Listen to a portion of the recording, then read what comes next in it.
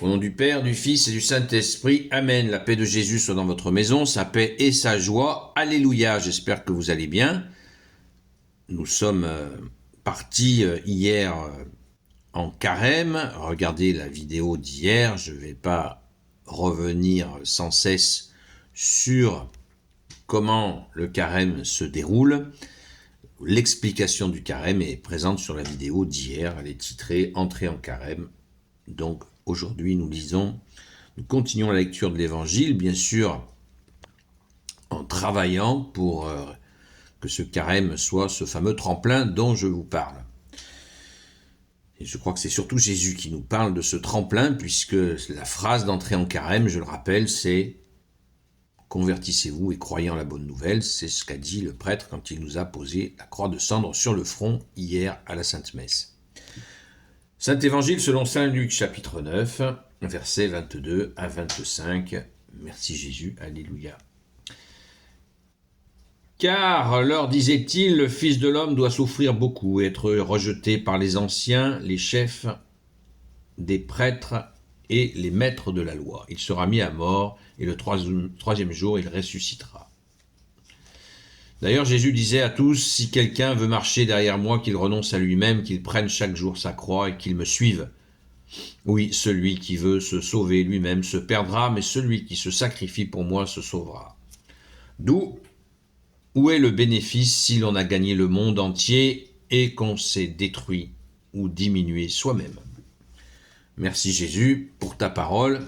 Alors, là on nous donne une petite séquence de l'Évangile selon Saint Luc, chapitre 9, c'est une mini-séquence. Eh bien, cette mini-séquence, elle rentre dans un concept, dans un cadre précis. C'est Pierre qui proclame sa foi dans le Christ. Un jour, Jésus était allé un peu à l'écart pour prier, mais ses disciples étaient avec lui. Il les interrogea sur ce que pensait la foule. Que disent-ils que je suis? Ils répondirent, pour certains, tu es Jean-Baptiste, pour d'autres Élie, pour d'autres encore, un des anciens prophètes qui est ressuscité. Il leur demanda, et vous, qui dites-vous que je suis? Pierre répondit, le Messie de Dieu. Amen. Jésus leur fit un avertissement en leur commandant de ne le dire à personne. Car, leur disait-il, le Fils de l'homme doit souffrir beaucoup, être rejeté par les anciens, les chefs des prêtres et les maîtres de la loi. Il sera mis à mort et le troisième jour, il ressuscitera. Voilà le contexte de la parole. Donc on nous a lu une petite séquence, on nous propose de lire dans cette parole de jour une petite séquence, mais il est souvent bien utile de reprendre le paragraphe pour comprendre ce que, bien-aimé Jésus, tu veux nous dire, afin de ne pas être complètement perdu dans la compréhension de ce que tu viens de nous dire. Donc là, c'est bien ce contexte où Jésus explique qui il est. Qui il est. Le Messie de Dieu, Pierre a répondu à plusieurs moments dans l'Évangile. Pierre va avoir des paroles qui lui sont dites directement du Père. Ce n'est pas moi qui l'ai inventé ce matin, c'est Jésus qui le dit lui-même. Il dit, Pierre, fils de Jonas, tu es béni parce que c'est mon Père qui t'a dit ça, dira Jésus.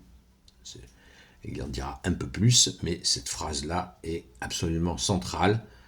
Saint Pierre a reçu du Père des phrases. Ainsi, ce qui confirme sa position, donc, d'apôtre central qui va s'occuper de l'église de Jésus. Pierre, tu es cette pierre, et sur cette pierre, je bâtirai mon église. Et pourtant, convaincu que Jésus est le Messie, puisque les Hébreux de l'époque attendaient le Messie, depuis l'annonce déjà il y a 700-800 ans d'Ésaïe, donc ils en sont convaincus. Un Messie souffrant et un Messie victorieux, qui est le même Messie, il n'y en a pas deux. Si on vous dit qu'il y aura deux Messies un jour, ne croyez surtout pas ça. Hein. Ça, c'est un mensonge. Jésus est le Messie souffrant et le Messie glorieux. C'est la même personne qui est Jésus, le Christ Jésus, comme dit saint Paul. Pas d'ambiguïté là-dessus.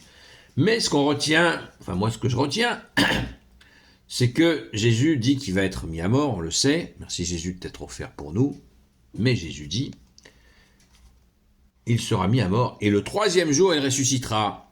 Les apôtres n'y ont pas cru. L'annonce est trop forte.